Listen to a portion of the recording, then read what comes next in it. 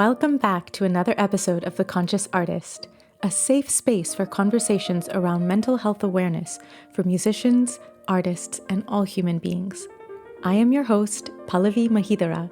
I'm a concert pianist and teacher, and I am absolutely thrilled that you are joining us today. My hope for this show is that it will give all of us a sense of solidarity and knowledge that we are not alone, and together, through these conversations, we can create more awareness and change for a healthier future.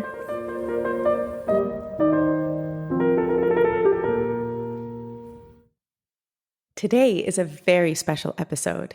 I am joined by the host of the Strings Attached podcast, violinist Asaf Maoz, and we are here to give you an exclusive, collaborative, behind-the-scenes interview of each other so you can get to know your hosts. So Asaf, welcome to the Conscious Artist podcast. Thank you. I'm very excited. I'm very happy that we get to do this joint podcast, Pallavi, and I'm introducing you to my listeners, the host of the Conscious Artist podcast. And I must say, I've listened to some of your episodes and I loved it. And I love your approach of trying to help people realize and maybe understand a bit the behind the scenes of what it means to be an artist, a musician.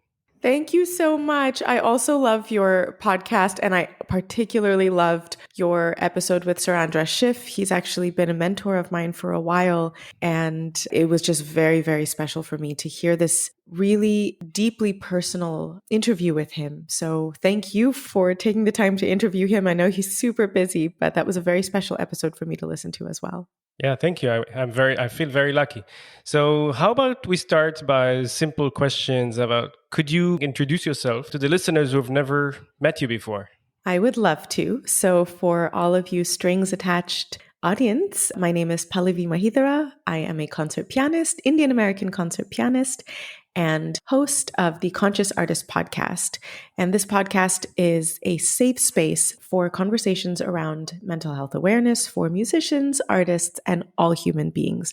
And it has been a big passion project of mine for the last year and a half, and I'm excited to see how it keeps developing. Nice. I love it. I love the term safe space. I think it's really important because in our industry, there's a lot, and I know we're going to talk about some stuff today, but there's a lot of things that I think people don't realize how much it affects our daily life and how we feel on stage with our instruments. But before we get into that, I would love for you to introduce yourself for my listeners. So, hi everyone. My name is Asaf Maoz. I'm a violinist most of my life. I am an Israeli born, but my parents are a mix, a hybrid. And I'm hosting two podcasts, one in Hebrew and one in English, Strings Attached. And in the past few years, I've been sort of a dreamer. I dream and I bring to life really interesting ideas with my string quartet. And hopefully we'll keep dreaming and growing with the coming years. I love this. And I do want to talk about our heritage because I believe we share some Indian roots. Could you tell us more about that, please? Do you remember this Michael Jackson song, Black and White? So it kind of describes my parents. My mom is born in India and my father is born in Poland. And they both immigrated to Israel and they met here. So I'm kind of a hybrid, you would say, a mix of black and white, which I love. And to be frank, when they met in the late 70s, it was very unusual for dark-skinned women to date a white man. And so they had to go through a few hoops in order to show the world that, this relationship has some merit. And actually, they raised three wonderful kids. So I'm very happy that they overcame this, I don't want to say racism, but very unpleasant and difficult beginning.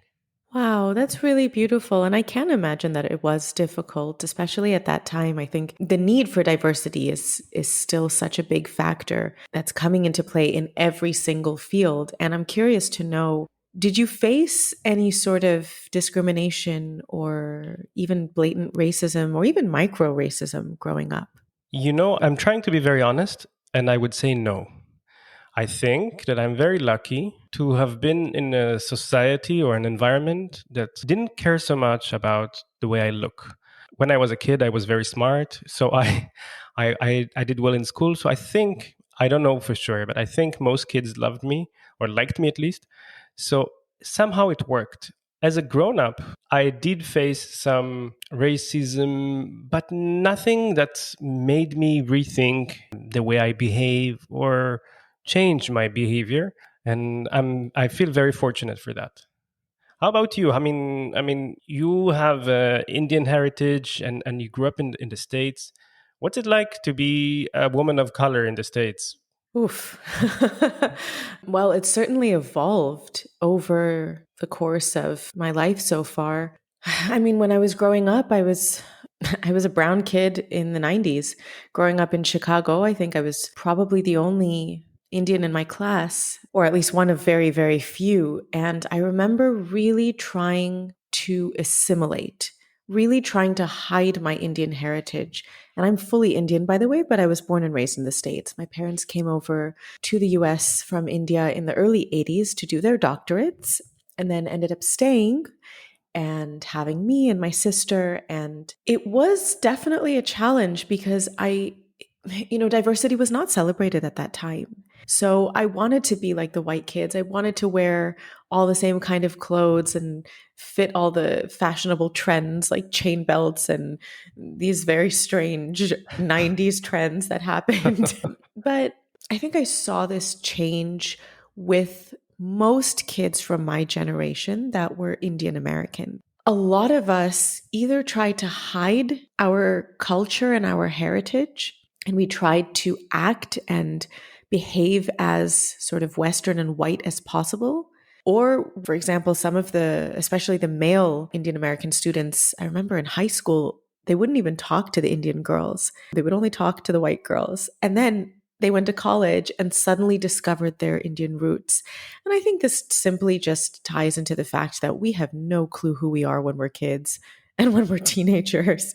And we're slowly discovering ourselves when we get to college. And even that's a complete disaster. And I would say I've only really found myself in my 30s. So it's been quite an evolution.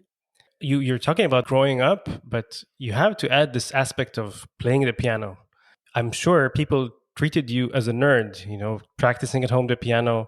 Do you remember the moment that piano became the thing you want to do as a child or a teenager? The moment that you chose to become a pianist? Very much so. It was actually a very formative experience for me.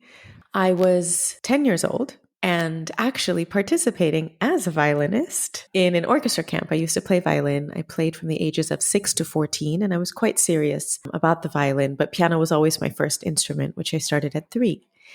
And when I was 10, I was participating in the Disney's Young Musician Symphony Orchestra, which was a summer camp sponsored by Disney and held in different locations. And that year in particular, this was 1998, and I was 10 going on 11. And I mean, every time I tell this story, I remember it like it was yesterday because it was so intense and so incredibly transformative.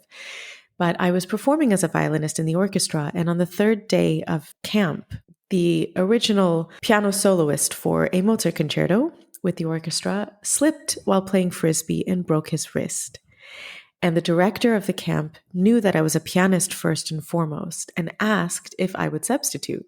Mind you, I was 10. Not only had I not played Mozart Concerto number 21, I had not even heard it. I, terrified, somehow agreed. And within 2 days, I actually managed to learn and memorize. It was the third movement of the concerto. So I learned and memorized the third movement of the concerto. And less than a week later, performed it with the orchestra at the Ravinia Festival in Chicago. Wow. In front of thousands of people, televised nationally. And it was one of the greatest experiences of my life. And I realized in that moment, I want to do this for the rest of my life. That's a fantastic story. It's quite a story. I was asking a question without even expecting such a beautiful answer. Thank you. Well, I have to ask you, I want to know about how violin came into your life and all the avenues and paths that it's taken for you to come to where you are today. It's kind of funny because my parents, we mentioned my parents before, my parents have nothing to do with music. And yet they wanted me at the age of 5 to play an instrument in order to improve my coordination, imagination, whatnot. And they took me to the conservatory near home, and some older lady did some tests and exams with me, and she said, the kid is very talented. He shouldn't play the piano, he should play the violin. And somehow violin stuck, it stayed with me. But unlike you, I think my point of making the violin a major, I don't know, theme in my life was when I was about 14 or 15, I think. I was in high school and I was thinking to myself, I really want to become a great soloist. I really want to stand out of the sea of the world violinists and be the best soloist out there. And I remember that moment because at that moment I started practicing seriously. I started investing time and effort to be better. Now comes the deviation from the stories that I told myself that by the age of 21, I'm going to be the best soloist in the world. And that didn't happen. So I gave myself an extension to 25 and then 27 and then 31, and it never happened. And I think that when I was in my early 30s, I realized it's not really a dream of mine. It's a dream that was, I don't want to say imposed, but brought upon me by the surroundings that I grew up in.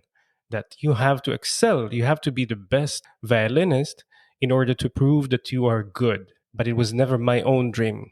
And I'm so happy that I had this moment of realizing that it's not my dream, because then I could open up and start dreaming new ideas for myself, playing in a quartet, getting a job in an orchestra, doing things that make me, Asaf, happy and not what I think is expected of me.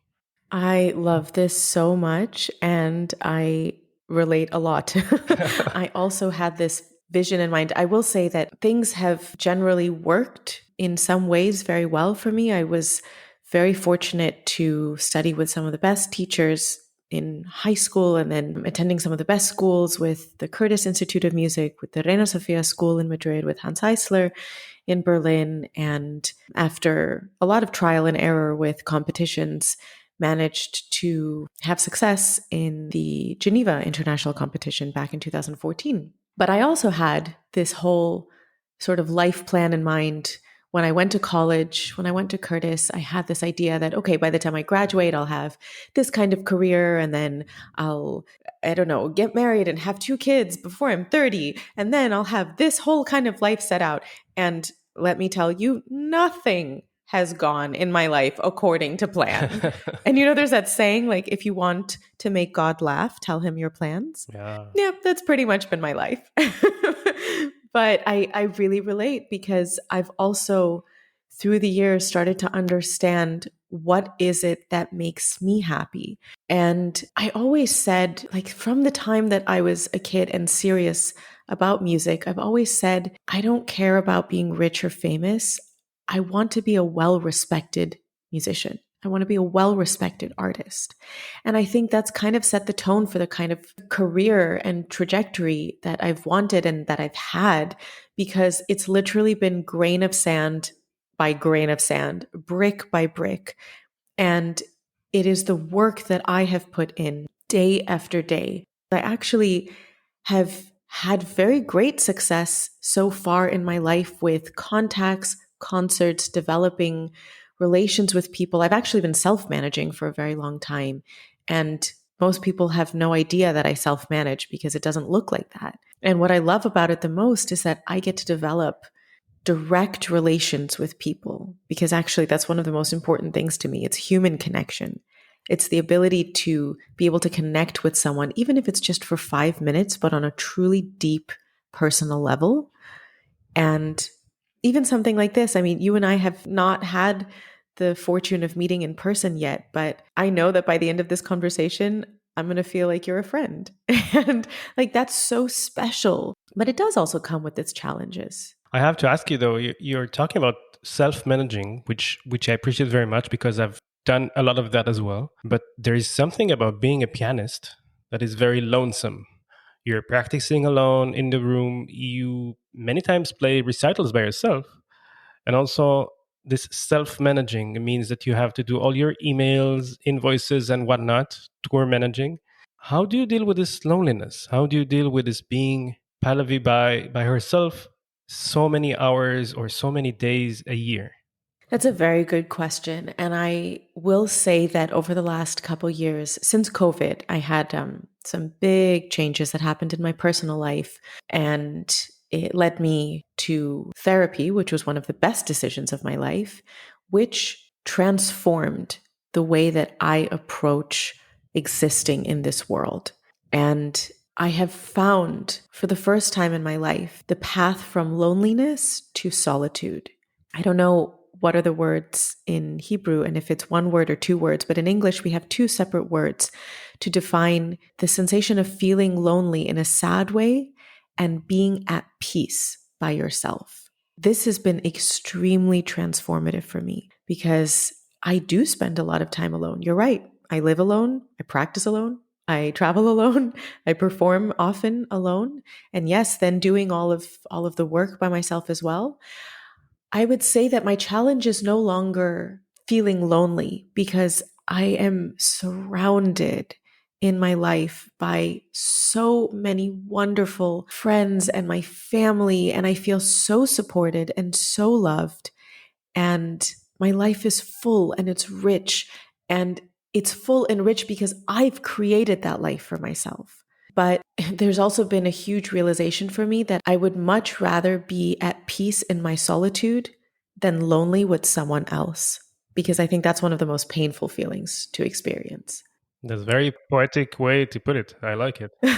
Well, I know that wasn't quite your question, but it's been part of my journey, and realizing that I would much rather find that solitude because you know what, at the end of the day, we're born alone and we very likely will die alone at some point. I mean, it's unlikely that everyone that we love is just going to end with us, right? So Yeah, I understand, and the reason I ask it is because I find that as musicians, we are trained many hours of many years to be alone, and you are trained to seek for the answers by yourself in the practice room, and then maybe like tennis players, we are on the stage or on court with our own thoughts, and we have to overcome those thoughts, fears.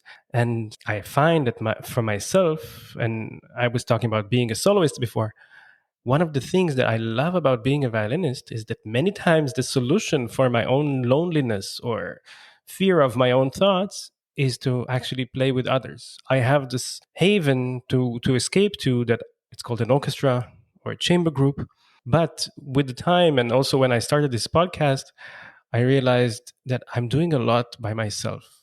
And for me, my main questions for myself are, can I find someone to take this path with me professionally? I'm very happy with my family life. I have no desire to change anything. But professionally, can I find someone that will improve me as a host, as a musician, or bring new ideas? That was very difficult for me, to find a non-musical partner, or could be a musician, doesn't matter, that will improve my creative ideas and creative path. thank you so much for sharing this. I understand very well. For that reason, chamber music is, I think, my absolute favorite form of music making. And I'm curious to know, you said you play both in an orchestra and a string quartet.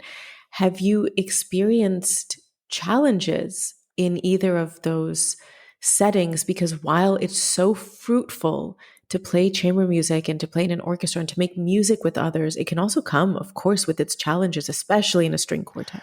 Funny you're asking that, because preparing for this conversation of ours, I shared this question with my followers online. And I asked them what is for them their biggest professional fear. And I got some really interesting answers. And one of them, which touched me really in my core, was, I'm afraid to lose my passion. Wow.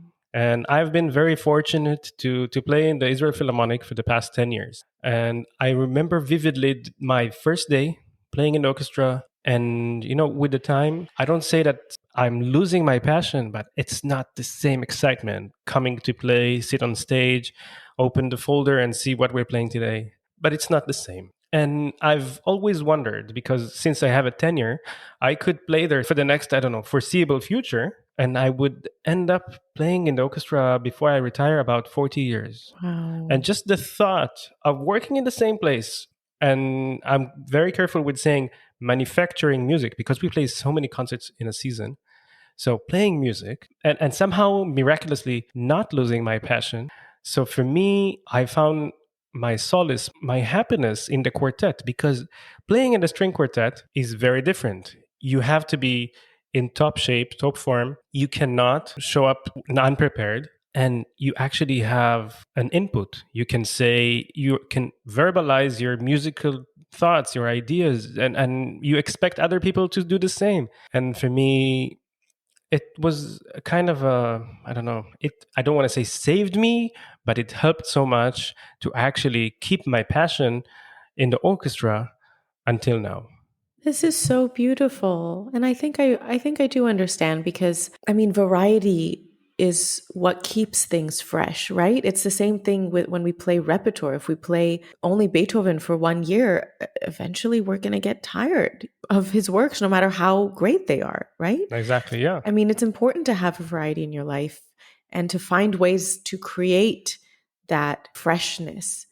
If, for example, you do play in an orchestra and that is someone's only job, how can you find ways to keep that freshness and spontaneity alive? I think it's a big challenge. I must tell you that many of my colleagues, or I see colleagues in different orchestras, they do become office workers. They come, they Mm, report their notes on time, in tune, and they go home and they forget about work, orchestra. They don't care so much anymore. They just do the job.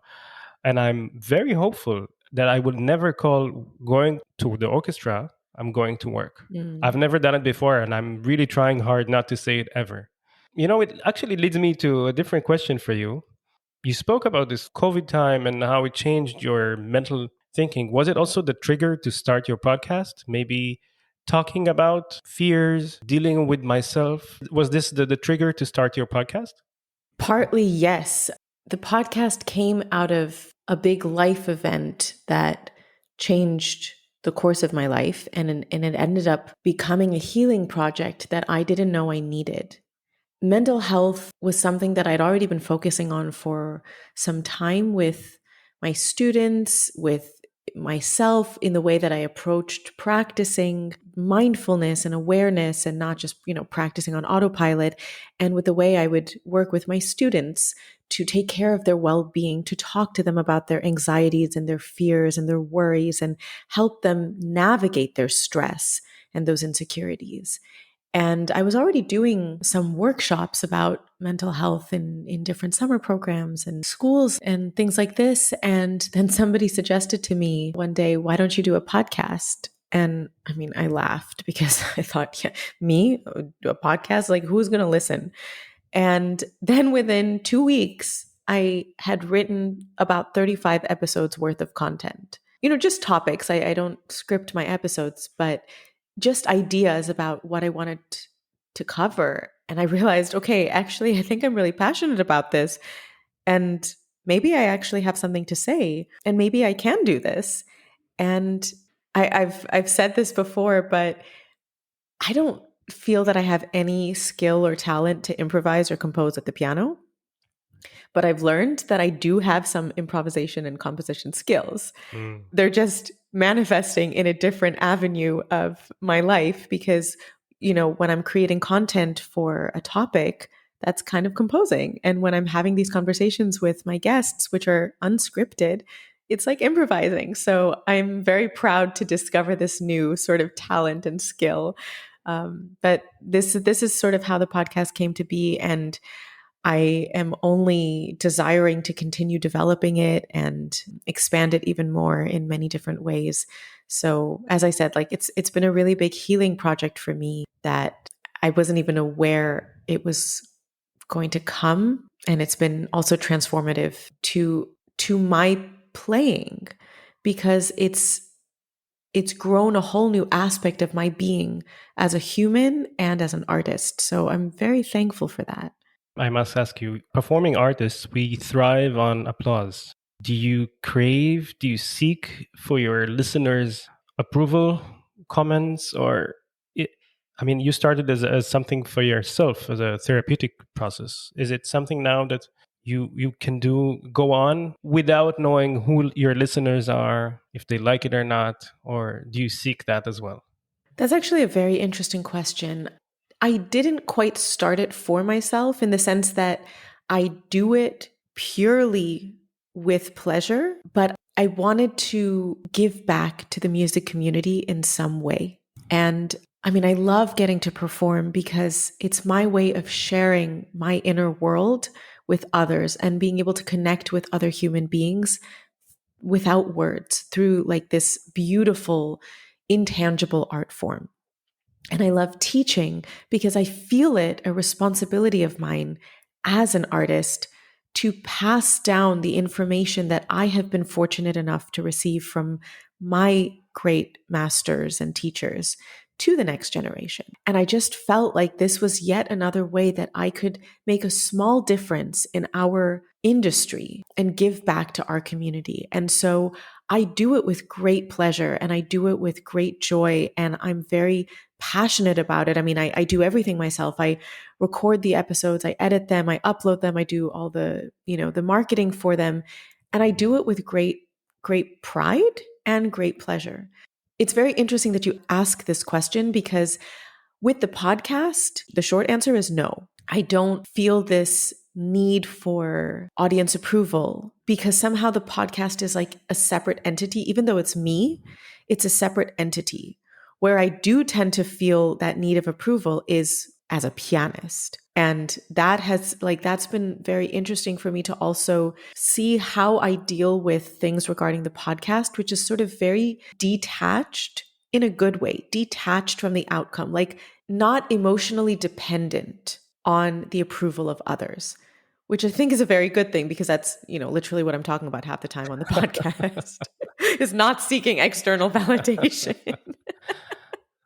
But I'm still trying to apply it with piano. I want to tell you a story because many times in my podcast, I like to tell a story about myself and try to figure out what have I or can we learn from it. When I was about 20 years old, 21, I was playing in a string quartet in a young musician summer camp, but was my permanent quartet. And in this summer camp, we decided that I would switch from second violin to first violin. And we played a Haydn quartet and we worked on it for 2 weeks. And then we performed it in the final concert of the camp. And I loved it. I loved every moment of it. My group liked it because we did things differently. And we finished the concert. And two of the professors that were there, very known international musicians, came to me and they said, this was not good. You didn't play well. The quartet didn't sound good. Maybe you should rethink your path as a professional musician. Mind you, I was 20 years old or 19, I can't remember exactly. And two musicians that I admire are telling you, maybe this is not the right way for you. Oh my goodness. And why am I telling this? Because you were talking about approval. We're seeking approval. And of course you're seeking an approval from well-known musicians. And I was devastated. And for a few weeks or a month, I was crying and I was thinking to myself, I've been doing this for so many years now. Should I do something different? Should I pick a different instrument, a different path? And then came this tenacious drive in my brain that said, you've got to prove them wrong. This is not about them, it's about you. And this is, I think for me, was a very interesting moment of trying to stop seeking outside approval and going my way. You might say, you didn't do well or whatever. It's okay. You're entitled for this opinion. But I, Asaf, for myself, decided that I'm gonna win this idea of I can play the violin. I can become a great musician. And from that moment on, I started practicing, but in a very conscious and very, how to say, directed way of thinking of I need to improve, I need to be better, I need to do better. In the beginning, yes, it was to prove them wrong. But afterwards, it became to prove that I can do it for myself, for my own.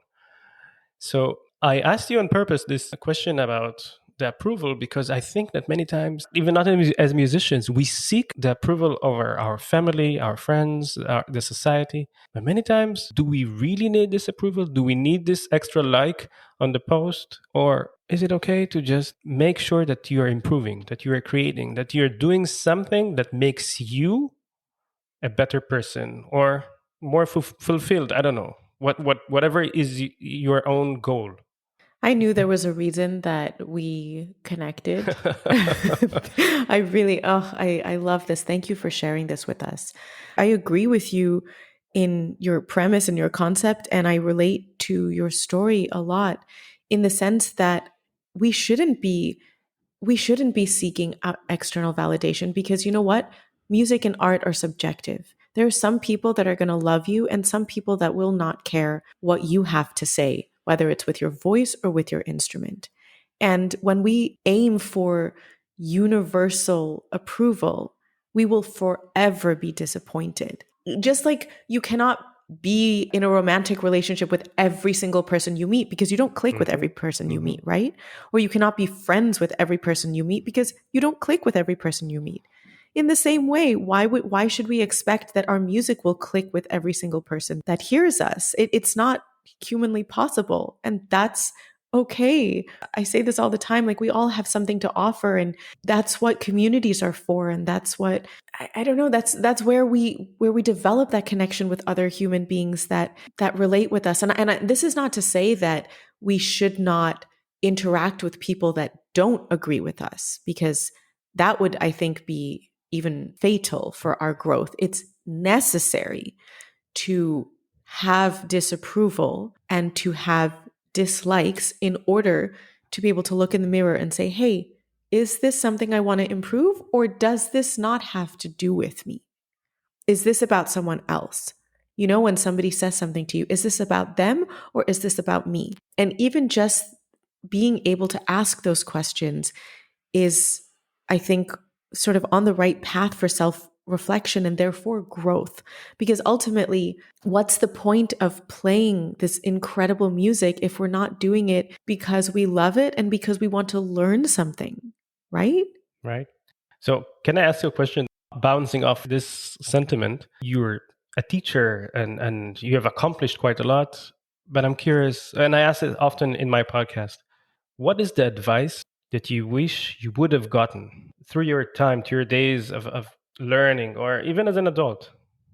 You know, it's interesting because I'm sure I heard this advice at some point.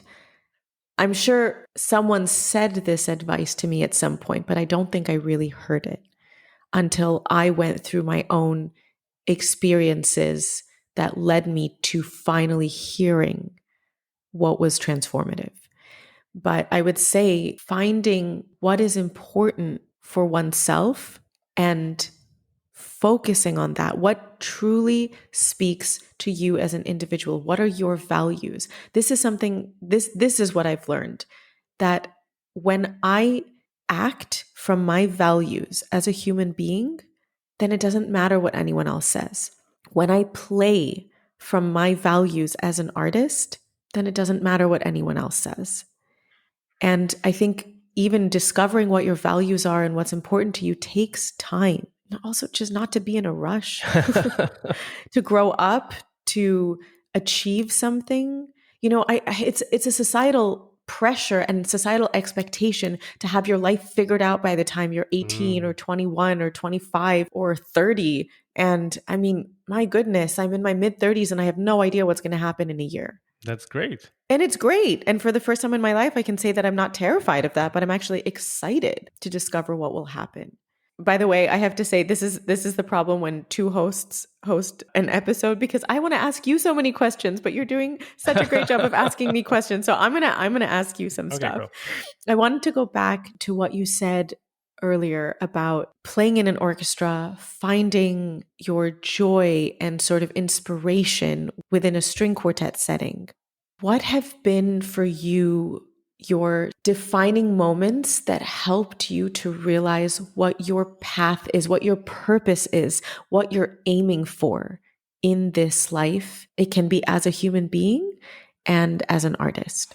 Oh, that's a fantastic question. I don't know if I can answer that. Let me put it this way.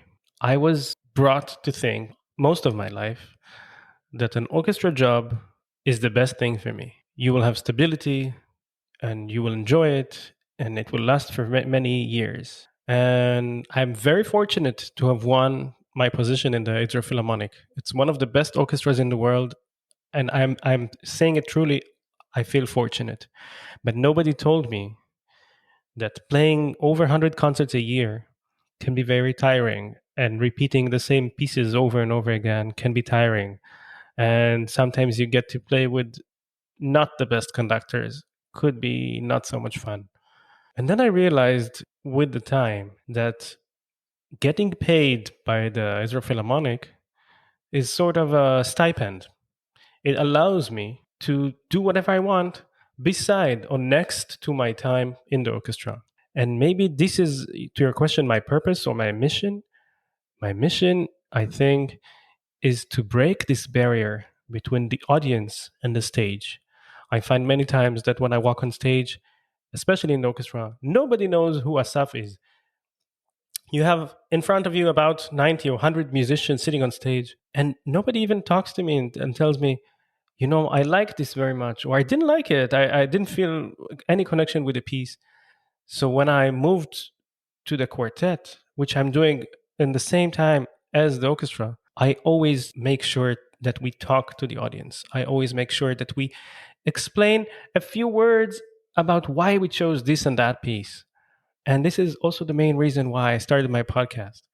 I love breaking this wall, this invisible wall between me, the performer, and me, the person, and the audience. People like to know us. They like to say, "Okay, I'm sorry, I didn't understand that. I didn't know that." And for if I want to demonstrate this in my best words, it's not even mine. A few months ago, I got a message from a listener, and she wrote to me, by chance, I happened to listen to your podcast, and I must tell you this.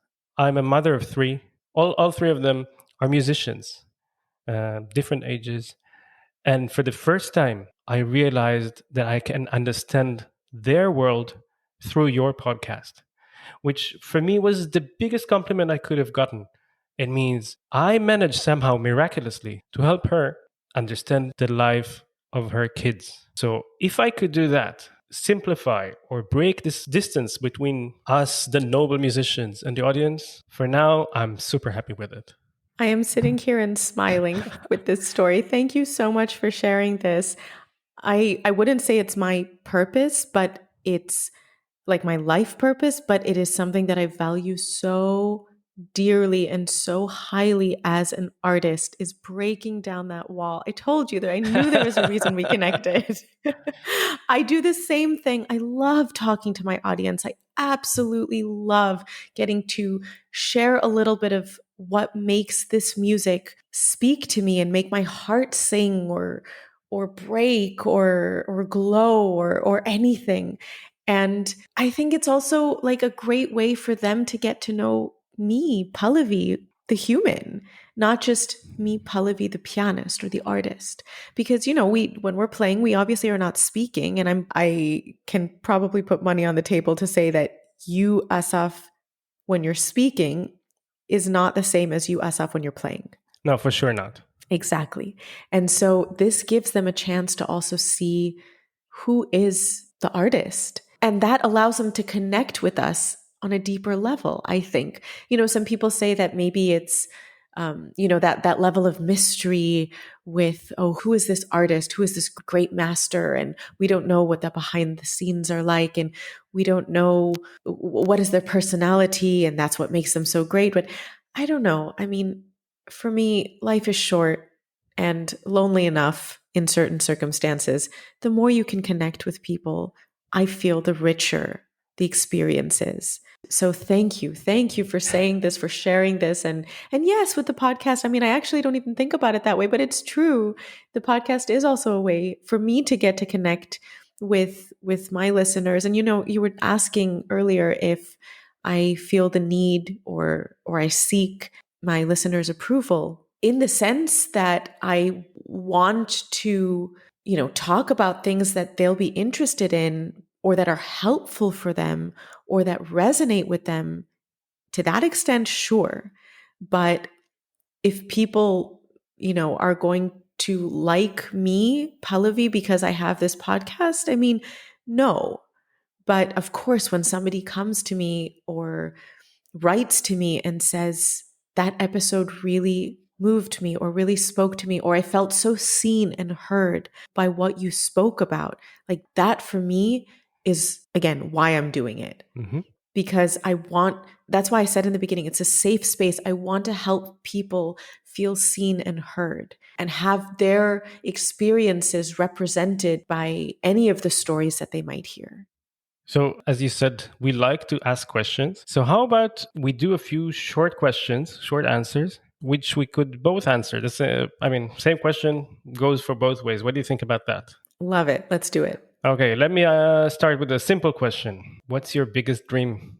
Musically or in life? I don't care. Musically, one day to play with the Berlin Philharmonic. Ooh, nice. As a human, to find peace and balance from within. Mm. How about you? Same question. Well, in life, it's very difficult to say in a short answer, but recently I found myself dealing with anxiety. And I would love, as you said, to find inner peace to deal with these anxieties.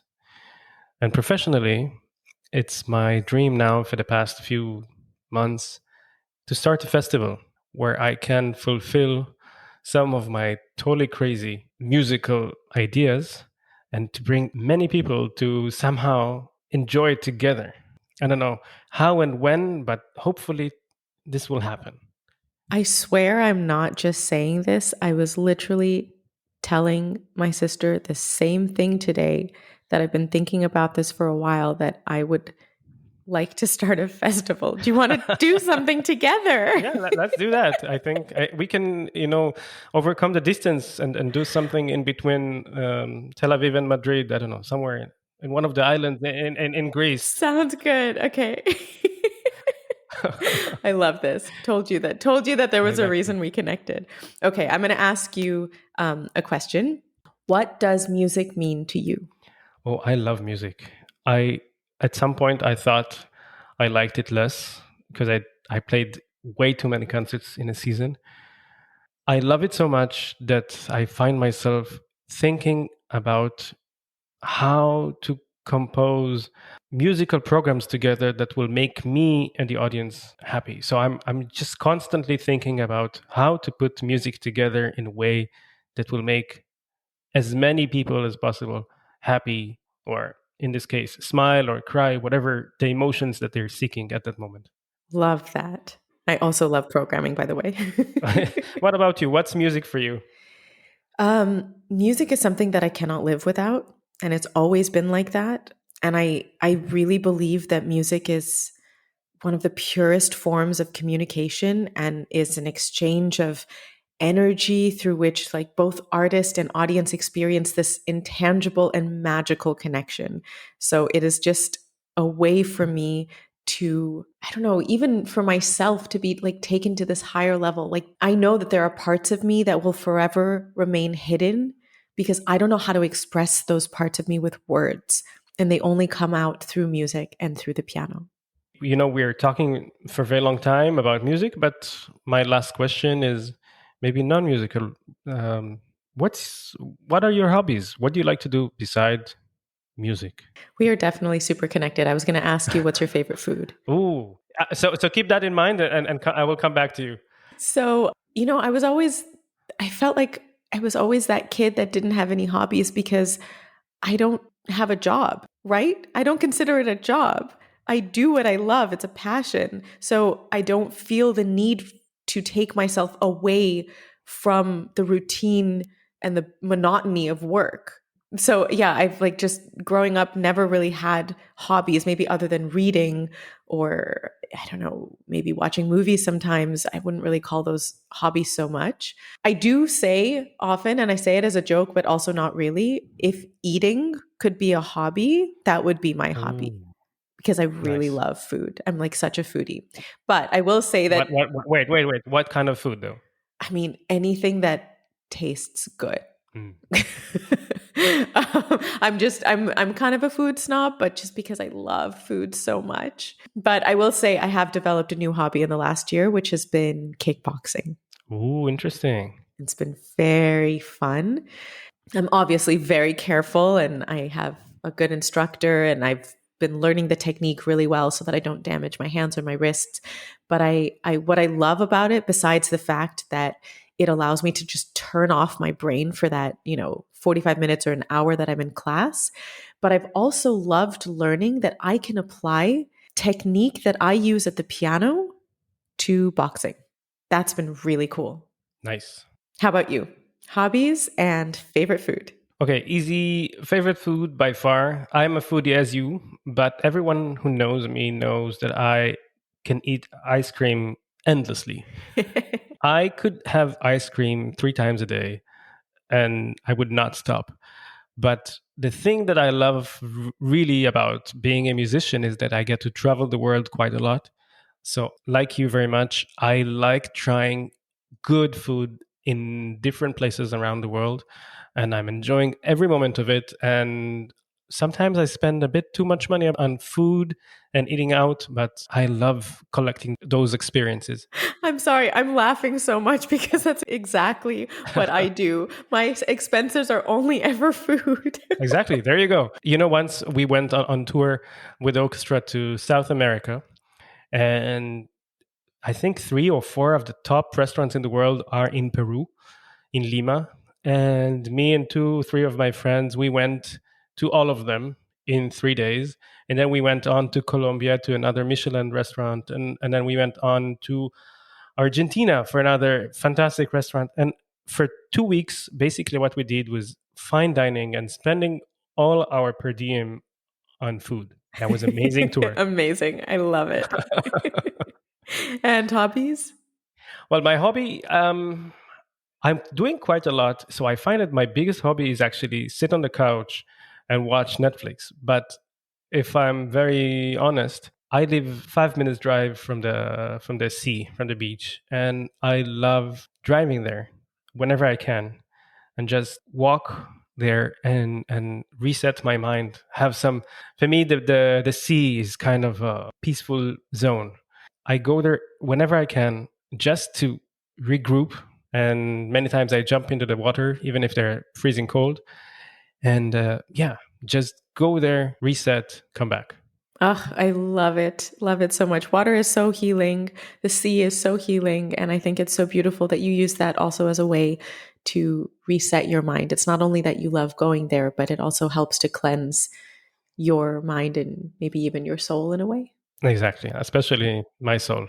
I love it. This was so fun. I feel that we need to meet in person very soon because I don't know, maybe it's our Indian connection, but I really relate to you. Same here. And while we were talking, I'm thinking, maybe this is the purpose of this podcast, this episode is one day in the near future, we'll meet, make some music together, eat some fantastic food. And then maybe this would be the continuum of this episode, would be, for me, an amazing achievement. And then start a festival together. Exactly. Love it. Which you will manage because, you're doing everything by yourself. Oh no.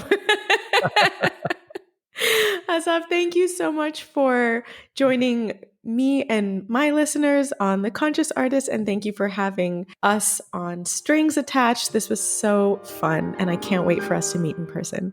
Yeah, thank you. Thank you very much. It was a pleasure. Thank you all so much for listening. I am truly grateful for the support from each and every one of you. If you would like to submit any questions or topics for us to address on the show, you can send us a message on our Instagram page @Conscious Artist Podcast. Help us to spread more awareness by sharing this episode with your friends, your colleagues, your teachers, and your students. And don't forget to subscribe wherever you get your podcasts. Sending you all so much love and strength, and we will see you next time for another episode of The Conscious Artist.